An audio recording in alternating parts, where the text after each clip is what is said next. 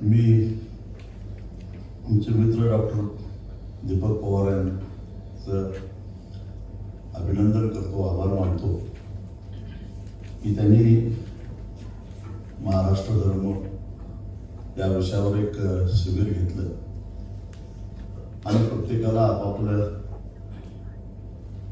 मत मांडायची एक संधी उपलब्ध करून दिली. मला विषय दिला तो म्हणजे महाराष्ट्र धर्म आणि शेतकरी. तसं बघायला गेलं तर महाराष्ट्र हाच मुळात कृषीप्रधान महाराष्ट्र आहे. आता हळूहळू लोकसंख्येचं प्रमाण हे 40-45% नागरी आणि 55% कृषी इतकं उभारलं आहे. पण कधी काळी ते 80-20 असं होतं आणि त्याच्या आधी 100% कृषीच होतं. खरं तर महाराष्ट्र धर्माचे पहिल्यांदा विचार कुणी मांडला असेल तर तो छत्रपती शिवाजी महाराजांनी मांडला आहे असं माझं मत आहे. कारण मुळात महाराजांनी स्वराज्याची संकल्पनाच मुळात मांडली ती खुलेआम परके येऊन जे काय इथल्या मराठी माणसाची खळी लुटली जात होती, त्याचं धनधान्य आणि त्यावरचं संपत्ती म्हणजे जनावर गोट्यातली गोधन म्हैशी कमीच होत्या त्यावेळी. कारण गाय पाळली तर दूध पण मिळतं आणि शेतात काम करायला बैलही मिळतो. म्हशीपासून तशी काही व्यवस्था नव्हती आणि त्यामुळे गोधनच जास्त आपल्याकडे होतं आणि ही संपत्ती लुटालूट करायला जे बाहेरून यायचे त्यांच्यापासून संरक्षण आणि चांगल्या पद्धतीने खेड्यापाड्यातल्या डोंगर दऱ्यातल्या लोकांना चांगल्या पद्धतीनं जीवन जगता यावं म्हणून आपला महाराष्ट्र आणि आपलं एक स्वतःचं राज्य असावं ही संकल्पना शिवाजी महाराजांनी मांडून महाराष्ट्र धर्माची सुरुवात तिथनं झाली असं मला माझं मत. आणि अशा पद्धतीनं आमचा शेतकरी जो प्रचलितची व्यवस्था होती, स्वयंपूर्ण गावं जी होती त्या गावातल्या सगळ्या लोकांचं पोट भरायचं काम करायचं. त्यावेळी व्यवहारात पैसा नव्हताच पण तरी सुद्धा गावं सुखी होती. फक्त भीती एवढीच असायची की कधी परकी येतील, कधी गोधन लुटतील, कधी कडबा लुटतील, कधी धान्य लुटतील याचा नियम नसायचा. आणि आया बहिणींची आबरू सुद्धा सुरक्षित राहायची नाही अशा काळामध्ये. मग अशा काळामध्ये आमच्या आया बहिणींची आबरू राखली गेली पाहिजे, त्यांना सुरक्षा मिळाली पाहिजे, आपली खडी सुरक्षित राहिली पाहिजे.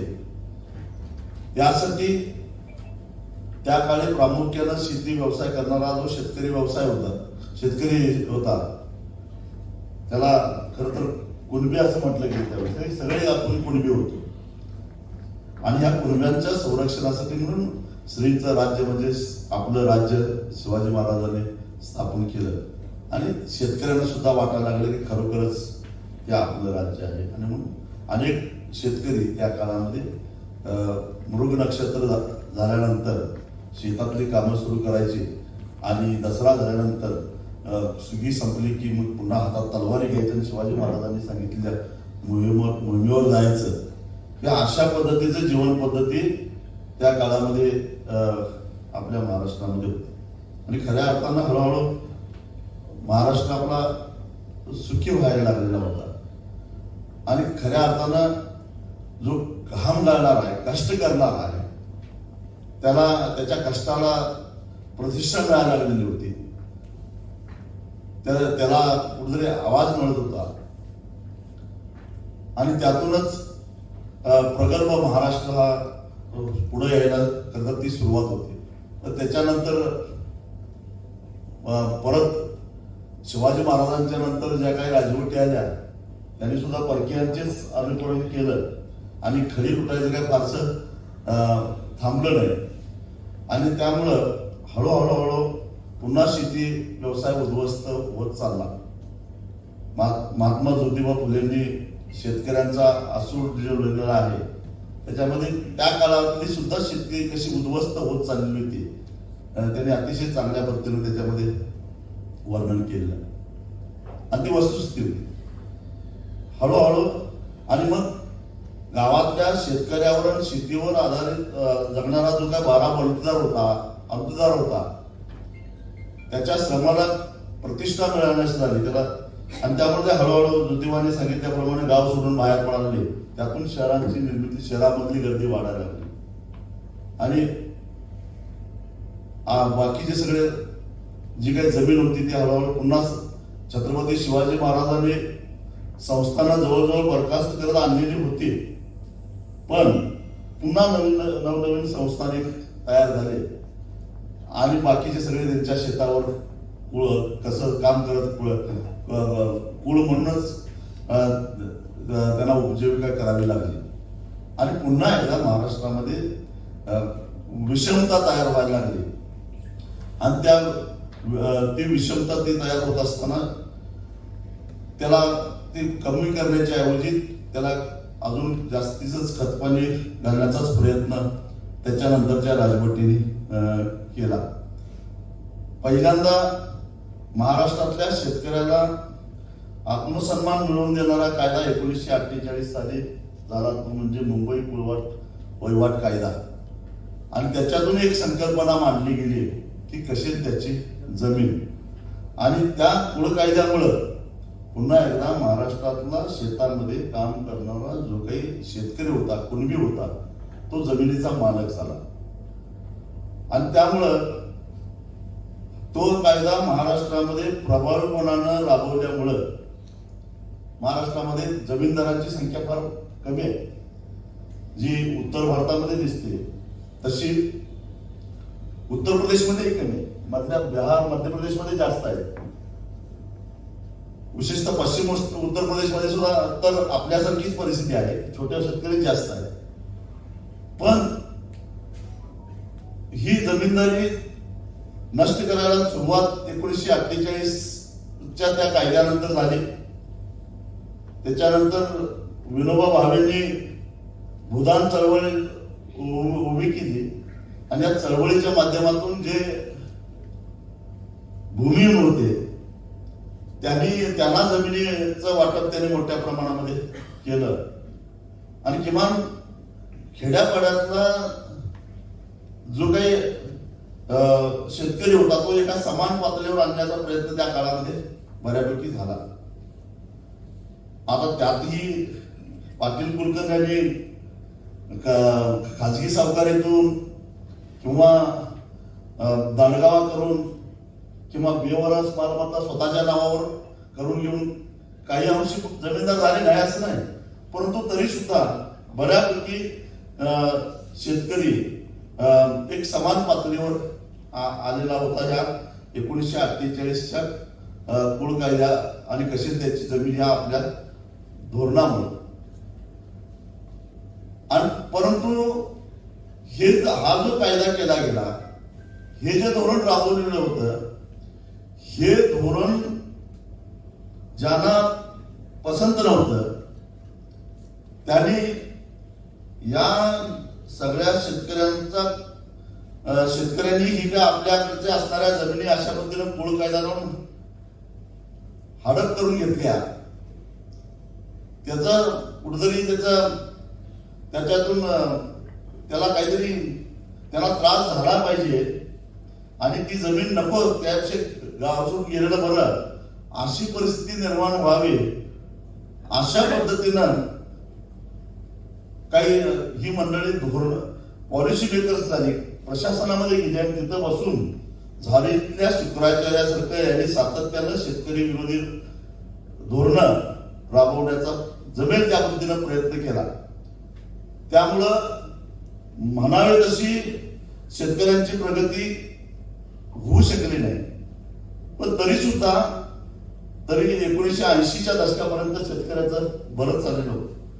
शेतकऱ्यांच्या ज्या आत्महत्या व्हायला लागल्या त्या 80 नंतरच व्हायला लागल्या, तोपर्यंत त्यातल्या त्यात परिस्थिती बरी होती. कारण त्यावेळी शेतकरी कामगार पक्षासारखा एक लढाऊ पक्ष शेतकऱ्यांच्या आणि कामगारांच्या हितासाठी सातत्यानं रस्त्यावरच संघर्षाची भूमिका घेऊन लढत होता. आणि त्यामुळे काही आणि महाराष्ट्राचं जे नेतृत्व होतं ते तसं बघायला तर ग्रामीण भागातून गेलेलं नेतृत्व होतं. आणि त्यामुळं जे कोणी सत्तेवर असायचे त्यांच्यावर महाराष्ट्राच्या ग्रामीण नेतृत्वाचं नाही म्हटलं तरी थोडासा दबाव होता. पण त्याच्यानंतर अजून हळूहळू परिस्थिती बिघडत गेली आणि ज्या लोकांनी आमची जमीन कुळ कायद्याने घेतली त्यांना जगणंच मुश्किल करायचं अशा प्रकारचं धोरणं बेमालूमपणाने कशा पद्धतीनं राबवता येईल यासाठी जाणीवपूर्वक प्रयत्न केले गेले. आणि त्यातून हळूहळू महाराष्ट्रातला खेड्यापाड्यातला हा जो पूर्वी 10 एकराचा शेतकरी 5 एकरावर लोकसंख्या वाढत त्याचं 5 एकराचा आता 2.5 एकरावर येऊन बसलेला आहे. अत्यल्प उदाहरण कधी झाला तो कळालेला नाही. अशा प्रकारची त्याची परिस्थिती आता सगळी या शेतकऱ्यांची झाली.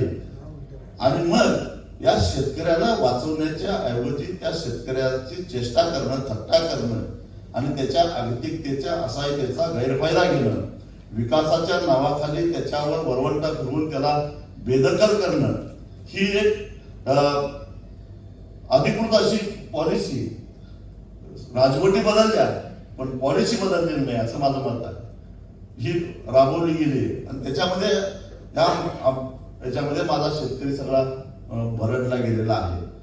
आज त्याला सांगितलं जातंय की विकास पाहिजे असेल तर तुला त्याग करावा लागेल, कारण ठेका शेतकऱ्यानेच घेतलेला आहे, दुसऱ्यांनी काही त्याग करायचाच नाही आहे. मग त्याला तुम्हाला शक्तीपीठ मार्ग करायचा आहे, त्याच्यातून काही पैसे त्यांच्या राजकारणासाठी उभे करायचे आहेत, मग करा अजून एखादा रस्ता, त्यातून घ्या शेतकऱ्याची शेती आणि त्याचे पैसे. आता मग सरकारच्या तिजोरीत पैसे नाहीत, मग खाजगीकरणातून भांडवल उभा करा, ते तो रस्ता बांधा, त्यातून जेवढे तुमचा वाटा आहे तो काढून घ्या आणि त्याच्यानंतर मग ते पैसे फेडायचे. ते पब्लिक आहेच, प्रवास करेल तो फेडल त्याच्यातून. अशा पद्धतीनं त्याच्या जमिनी गेल्या. मोठमोठे विकास अजस्त्र शहरं उभा राहायला लागली, त्याच्याखाली शेतकऱ्यांचा आवाज दबला गेला. म्हणजे या महाराष्ट्रामध्ये खेड्यापाड्यामध्ये डोंगरदऱ्यामध्ये हिरवी शाल पांघरून बसलेल्या ग्रामीण भागातलं हिरव्या पदराआडचा हुंदका हा कोणी समजूनच घेतला नाही असं मला वाटतं. खऱ्या अर्थानं जर महाराष्ट्र धर्म वाढवायचा असेल तर या खेड्यापाड्यातल्या कष्ट करणाऱ्याला सुद्धा आपल्याला बरोबर घ्यावं लागेल. ते ओळखलं तर छत्रपती शिवाजी महाराजांनी मुंबई महाराष्ट्रातच राहावे म्हणून जे 105 हुतात्मे होते ते सगळे गावातले होते, लक्षात ठेवा. आणि आम्हाला मुंबईबद्दल अभिमान, पण आज तीच मुंबई महाराष्ट्रामध्ये राहते का नाही अशी परिस्थिती राहिली आहे. पहिली मुंबई झाली, नवी मुंबई झाली, दुसरी मुंबई झाली, तिसरी, चौथी होईल आणि एक दिवस मुंबई केंद्रशासित होईल, नंतर ते मुंबई प्रदेश होईल, राज्य होईल. आमचा काही संबंधच राहणार नाही. आणि त्या मुंबईसाठी लागणारं पाणी मात्र ठाणे जिल्ह्यातल्या मुरबाड तालुक्यातनं, शहादा तालुक्यातनं, शापूरमधनं न्यायचं. तिथल्या आदिवासींना पिण्याच्या पाण्यासाठी 10 किलोमीटर वनवन भटकंती करायची, परंतु पाणी सगळं मुंबईला आणि त्याच्या उपनगराला पाठवायची प्यायला. शेतीला नाही, तिथल्या भूमिपुत्रांना प्यायला सुद्धा पाणी. मी अनेक वेळा ठाण्यातल्या काही धरणाच्या आंदोलनासाठी गेलोय. परवाच मी मुरबाडला गेलेलो होतो. तिथे कालोल धरण नावाचं धरण बांधायचं चालू. ठाणे आणि त्याच्या परिसरातल्या शहरांच्यासाठी 14 TMCचं धरण बांधलं जाणार आहे. 19 गावं तिथनं उठवली जाणार आहेत. मी विचारलं की या 14 TMC मध्ये मुरबाड तालुक्यातल्या जे काही आदिवासी पाडे आहेत किंवा छोटी मोठी गावं आहेत त्यांना मार्च नंतर जून पर्यंत पाण्यासाठी प्रचंड वनवन भटकंती करावी लागते. त्यांना पिण्यासाठी जरी राखीव काही आरक्षण ठेवले काय नाही म्हटले. त्या ज्या तालुक्यामध्ये ते धरण होतंय त्या तालुक्यातल्या लोकांना सुद्धा पिण्याच्या पाण्याचा हक्क त्या धरणावरून नाही. जमीन द्यायची नाही का, तर विकास करायचा राज्याचा. गाव सोडून जायचं परंतु पिण्याच्या पाण्यात त्यांचा हक्क नाही. त्या परिसरामध्ये जी भेंडी पिकली जाते ती सारे देशभर जाते. फक्त पाणी उपलब्ध असलं तर इतक्या चांगल्या पद्धतीची भेंडी तिथं तयार होते, संपूर्ण देशभरामध्ये जाते. इतकी लोकप्रिय ती भेंडी आहे. काय तर मातीचा गुण असू शकतो, जसं देवगडचा हापूस सगळ्या जगभर जातो तसं असू शकतं, परंतु त्यांना पाणी मिळत नाही उन्हाळ्यात. मग त्यातले 2-4 TMC आम्ही धरण बांधूया, थोडं शहराला नेतो, थोडं इतर ठेवूया. इथली शेती, कारण शेतीला पाणी किती लागणार आहे, 2-4 TMC मध्ये एक तालुका झाला असतो, पण नाही, त्यातलं एक थेंब सुद्धा पाणी. मग ह्याला हा महाराष्ट्र धर्म म्हणायचा का? म्हणजे महाराष्ट्राचा विकास म्हणजे महाराष्ट्र धर्म असं जर कोण म्हणत असेल तर मग कसला विकास? हा विकास नाही, ही सूज आहे. आणि ही सूज कुणाला तरी बळी घेऊन अशा प्रकारची सूज येत असेल तर तो महाराष्ट्र, तो माझा महाराष्ट्र आहे असं इथल्या भूमिपुत्रांना वाटेल का? आणि त्यामुळे मला असं वाटायला लागलं की भविष्यामध्ये हळूहळू या सगळ्या यांचा ह्यांची राक्षसी महत्वाकांक्षा आहे, ती राक्षसी महत्वाकांक्षा पूर्ण करण्यासाठी पूर्वी केलेल्या आमच्या आधीच्या पिढीने केलेले कायदे सुद्धा बदलायला हे मागे पुढे बघणार नाही. त्यांना चालणारा कायदा म्हणजे कुळ कायदा तो जर काढतीलच, तो न काढता आता हळूहळू कुळांचाच हक्क सातबाऱ्यावरनं, कुळाचं नावच सातबाऱ्यावरनं काढायचं असं आता ऑनलाईनच्या नावाखाली आता सुरू झालेलं आहेच. देवस्थानच्या जमिनी आता कुळाच्या ताब्यात राहिलेल्या नाही आहेत, त्यांना काही त्याचा अधिकार राहिलेला नाही. आणि मग त्याच्यानंतर काय होईल, एक दिवस शेलिंग ऍक्ट सुद्धा निघून जाईल. आणि शेलिंग ऍक्ट निघाल्यानंतर आता तुम्हाला शेती परवडत नाही, बेका आणि इथनं निघून जा. मी आता बघितलं समृद्धी महामार्ग होत होता, महामार्ग बांधला जाणार आहे, ही आधी कुणाला कळतं की मंत्रालयात बसणाऱ्या लोकांना कळते किंवा त्यांच्या भगलबच्च्यांना कळते. मुंबई, ठाणे, नाशिक या परिसरामध्ये या सगळ्या परप्रांतीयांनी मोठ्या प्रमाणामध्ये जमिनी घेऊन ठेवलेल्या आहेत. आणि आम्ही कायदा करून ठेवला तर चौपट मोबत त्याचा फायदा त्यांनी घेतला. आणि भांडून कायदा करून घेतला सरकारकडून, आम्ही फायदा करून घेतला त्यांनी. असं कदाचित आता हा शेलिंग ऍक्ट जर का सगळ्या महाराष्ट्रात निघाला तर आज किमान आम्हाला तरी 1 एकर, 1.5 एकर, 2 एकर आमच्या नावावर जमिनी आहे. त्याही सातबाऱ्यावरून आमचं नाव हातपार होणार. आणि मग छापरिया, पापरिया, लुल्ला, कुल्ला असले कुणीतरी येऊन त्याचे त्या सातबाऱ्याचे मालक होणार. आणि मग 1000-1000, 2,000, 5,000 एकराच्या मालक असणाऱ्या त्यांच्या आलिशान फार्ममध्ये मग आमच्या पोरांनी तिथं नोकऱ्या कराव्या, तिथं शेतमजूर म्हणून जावं, असंही होऊ शकेल. आणि त्यामुळं छत्रपती शिवाजी महाराजांनी ज्या पद्धतीनं या मराठी माणसाच्या मनामध्ये महाराष्ट्र धर्म रुजवला, तोच विचार पुढे घेऊन गेलं. आणि त्याची आपण जर शाश्वती दिली तर मला खात्री आहे की शहरातलाच काय पण खेड्यापाड्यातला माणूस सुद्धा महाराष्ट्र धर्माच्या या झेंड्याखाली एकत्रित आल्याशिवाय राहणार नाही याची मला खात्री आहे. तर ते हळूहळूच सगळं हे नष्ट व्हायला लागले. परप्रांतीयांचं मोठ्या काव्यबाजपणानं ते आक्रमण करायला लागले. मला एक सांगा की नाशिक जिल्ह्यातलं बरंचसं पाणी गुजरातला गेलेलं आहे. कुठे गेला आपला महाराष्ट्र धर्म? नाशिक जिल्ह्यातल्या नद्यांचं पाणी गुजरातला वळवलं गेलेलं आहे. त्याच्यानंतर मी तुम्हाला सांगतो की असं एका क्षेत्रामध्ये हळूहळू आक्रमण व्हायला लागलेलं आहे. आता काही लोकांनी वलसाडच्या आंब्याला हापूसला त्याचं मानांकन करण्यासाठी प्रयत्न करतात. हापूस म्हणजे आपल्या कोकणाचं वैभव आहे, तो देवगडचा हापूस आहे, रत्नागिरीचा हापूस आहे. पण आता वलसाडचा हापूस कसं काय हापूस होऊ शकतो? आमच्या आजल्याच्या घनसाळावर काही लोकांनी येतात, घनसाळ तांदळावर अतिक्रमण करायला सुरुवात केलेली आहे. मग असं एक जी काय आमची वैशिष्ट्यपूर्ण जी काय पिकं आहेत त्याच्यावर सुद्धा हळूहळू अशा पद्धतीनं अतिक्रमण करण्याचा प्रयत्न होतो आहे. कधी काळी आमच्या कोल्हापूरचा गुळ हा सगळ्या भारतभर प्रसिद्ध होता. कोल्हापूरचा गुळ म्हटल्यानंतर बाजारपेठेत ग्राहक उड्या मारायचे, अख्खी गुजरात तर आमचाच गुळ खायचे. पण आता त्या कोल्हापूरच्या गुळामध्ये इतकं सगळं भेसळ झालेलं आहे. कुठूनही आता उत्तर याचा कर्नाटकचा गुळ आणि कुठला गुळ येतो आणि तो कोल्हापुरी गुळ म्हणून विकला जातो. आज त्याच्यावरच आमचं जे काय आमची मोनोपॉली होती कोल्हापूरच्या गुळाची ती संपत चाललेली आहे. आता एक राहिला आमचा गोकुळ. राजकारणाचं नाही आहे, लक्षात ठेवा. काय बघा, अमूलला महाराष्ट्रामध्ये थोपवायचं काम गोकुळ, वारणा आणि आपले हे पुण्याचा आपला काय कात्रज, या तीनच संघाने, काय जानकर साहेब तुम्ही दुग्ध विकास मंत्री होता, या तीनच संघाने अमूलला महाराष्ट्रामध्ये थोपवण्याचं काम केलेलं होतं. पण ते सुद्धा ही मोनोपॉली आपली संपली पाहिजे. कारण कोल्हापूरचं दूध मुळातच चांगलं आहे, ते काय गोकुळमुळे नव्हे, तर कोल्हापूरचा दुधाला चवच अशी आहे की मुंबईतल्या ग्राहकांना अजूनही दूध, कोल्हापूरचं दूध, गोकुळचं दूध म्हणजे कोल्हापूरचं दूध आवडतं. आणि मग ह्याच्यावरची हे करण्यासाठी मग काय प्रयत्न आता चांगल्या वेगवेगळ्या पद्धतीनं चाललंय. ते गोकुळचं राजकारण काय आहे त्याच्याशी मला काय देणं घेणं नाही. ते सगळे एकाच पाळीचे मने आहेत, ते काय त्याच्याबद्दलही मी काय बोलणार नाही. सख्या आला काय, तुक्या आला काय, ते काय करायचं ते करणारच.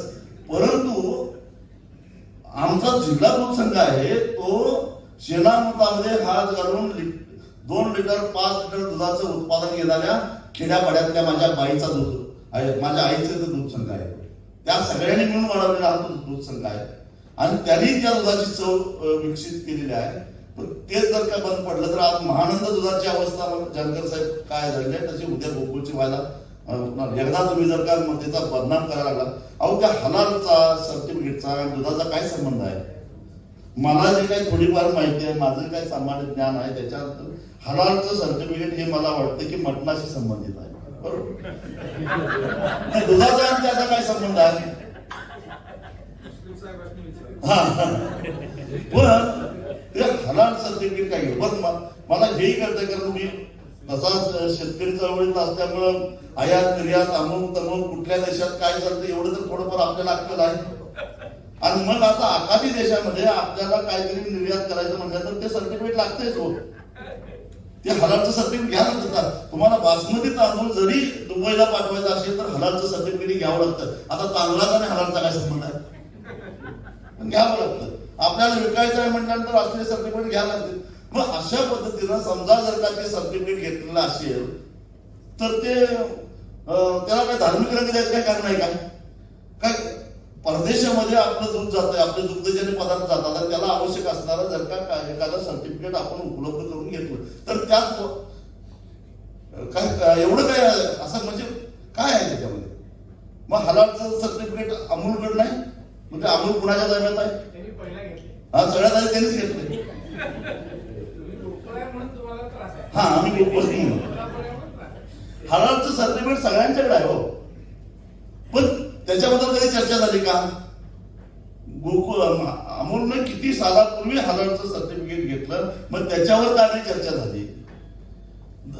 हेरिटेज अमुक तमुक हे दक्षिणेकडे काही खाजगी दूध संस्था आहेत, कंपन्या आहेत, त्यांच्याकडे आहे ते, त्याच्याबद्दल का नाही चर्चा झाली? पण निवडणुकीच्या काळामध्ये काहीतरी कुठल्या तरी गोष्टीला धार्मिक रंग लावायचा आणि एक चांगली चाललेली शिखर संस्था बदनाम करायचं हे जे चाललंय, यामुळे हळूहळू महाराष्ट्रातल्या एक जर संस्था जर का संपत गेल्या तर ह्या परप्रांतीयांचा गुलाम झाल्याशिवाय आपल्याला राहणार. अमूल सुद्धा जरी ती कोऑपरेटिव्ह असली तर ती गुजरात्यांच्या ताब्यात आहे, लक्षात घ्या. आणि त्यांचं काम करायची पद्धत अशी आहे की पहिल्यांदा घुसायचं आणि एकदा घुसल्यानंतर मग जे काय करायचं ते करायचं. ते इथल्या शेतकऱ्यांना चांगला नाही देतात, पण इथल्या शेतकऱ्यांना देत नाहीत. विचारा, लॉकडाऊन मध्ये जेव्हा दूध खपतच नव्हतं कुठं, त्यावेळी याच अमूलनं दुधाचा भाव 13 रुपयापर्यंत खाली आणलेला होता. आणि त्यावेळी कोल्हापूर जिल्ह्यातल्या सगळ्या दूध संघाने मात्र 25 रुपये, जानकर साहेब 25 रुपये दुधाचा खरेदीचं, 25 रुपये कुठं, 13 रुपये कुठं, आणि इथल्या शेतकऱ्यांना जपलेलं होतं. मग अशा पद्धतीनं हे जे काय बाहेरचे लोक आलेले आहेत, हे काय जपणार आहेत का महाराष्ट्र धर्म? हे काय जपणार आहेत का इतिहास शेतकऱ्याला? हे काय जपणार आहेत का सर्वसामान्य शेतमजुरांना? आज तुम्हाला सांगतो की कोकणातले काही नेते आम्ही परकीय गुंतवणूक आणली म्हणून हजारो कोटी रुपयाचे कुठल्या वेगवेगळ्या मल्टीनॅशनल कंपन्या आणतात, काय काय आणतात, पण त्यामुळे त्या कोकणातलं सगळं पर्यावरणाचं संतुलन फार बिघडून गेलेलं आहे. त्यामुळे तिथं नीट आता कुठलं पीक येणार झालं. एक तर त्यातले जमिनीचे तुकडे पडले आहेत, त्यामुळे भात शेती संपलेली आहे. आता तिथं कोकणात शेती राहिलेली आहे फक्त आंबा आणि काजू पुरतीच राहिली आहे. बाकी सगळी शेती जवळपास बंद पडण्यात जमा आहे आणि त्याच्यामुळं आज तिथं आंबा आणि काजू सुद्धा पिकायचं मुश्किल झालेलं आहे. एक आंब्याचं झाड कमीत कमी 15 लोकांना रोजगार देतं किंवा त्याचा प्रत्यक्ष अप्रत्यक्ष त्या 15 लोकांच्या पर्यंत त्याचा फायदा होतो, रोजगार निर्माण करतं ते. मग मला सांगा की किती हजार कोटीची जरी गुंतवणूक झाली तर त्याच्यातून एवढ्या लोकांना माझ्या फक्त रत्नागिरी आणि सिंधुदुर्ग जिल्ह्यामध्ये 1 कोटी आंब्याची कलम आहे. मग 1 कोटी गुणिले 15 म्हणजे 15 कोटी लोकांच्या पर्यंत लाभ जातो, त्याच्या उत्पन्नाचा लाभ होतो. मग एवढ्या 15 कोटी लोकांच्या पर्यंत त्या लाभ पोचवेल अशी कुठली गुंतवणूक आहे सांगा बघू. मग ते चांगलं काय जे आमचं आहे ते चांगलं, परंतु अशा पद्धतीनं आम्ही काय झालंय आभासी दुनियेमध्ये रंगून आम्ही भ्रामक कल्पनांच्या मागे लागून जे आमचं मूळचं आहे, अस्सल आहे ते कुठेतरी गमवत चाललेलं आहोत. आणि त्यामुळं महाराष्ट्र धर्म सांभाळायचं असेल, प्रगती करायला मी काय असं म्हणणार नाही की कायम आदिवासींच्या सारखं लंगोटीवरच राहा किंवा अर्धनग्नच राहा असं मी म्हणणार नाही.